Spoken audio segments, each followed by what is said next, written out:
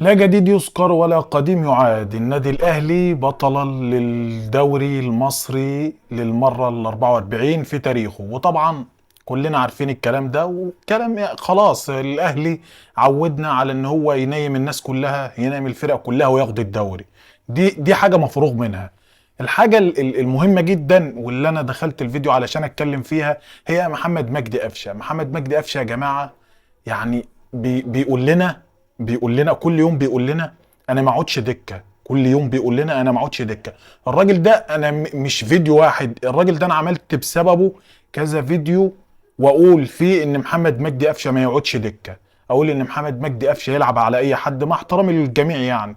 محمد مجدي قفشه ده ربنا بيكرمه علشان هو سالك وابيض ولاعب كده من الناس اللي يعني من الناس اللي هي محترمه، ابن بلد، فربنا بيكرمه.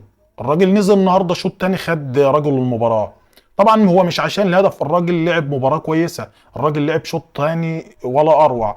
ده غير انه حط الهدف، واللي معودنا انه يحط الاهداف في بلس 90 دايما، يعني بسم الله ما شاء الله، حاجه قمه الروعه. محمد مجدي قفشه، محمد مجدي قفشه الجمهور فرحان له فرحان له فرحان له اكتر من فرحته بالدوري، وده اللي انا شفته.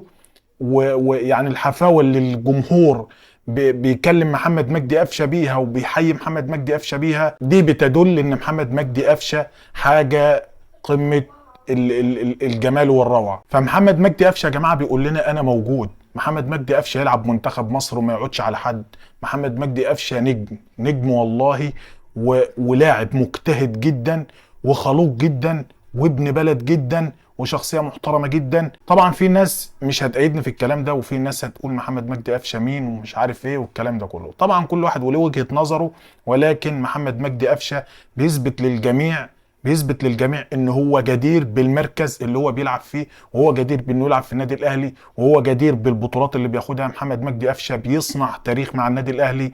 محمد مجدي قفشه حط سموحه، فتح القوس وحط سموحه من ناس او من الفرق اللي خدت قضيه من محمد مجدي قفشه. وطبعا انتوا كلكم عارفين مين اللي خد القضيه.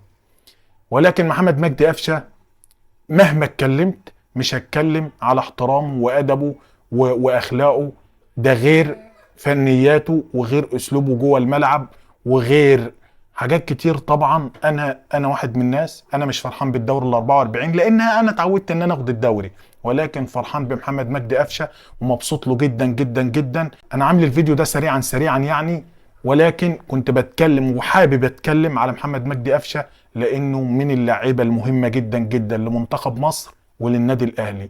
والمارسيل كولر، رساله لمارسيل كولر ان محمد مجدي قفشه لاعب كبير.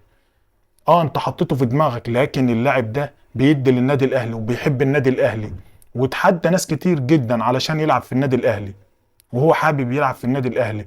ومحمد مجدي قفشه عنده كوره، والدليل وهو الدليل ان الراجل بيرد عليك في الملعب.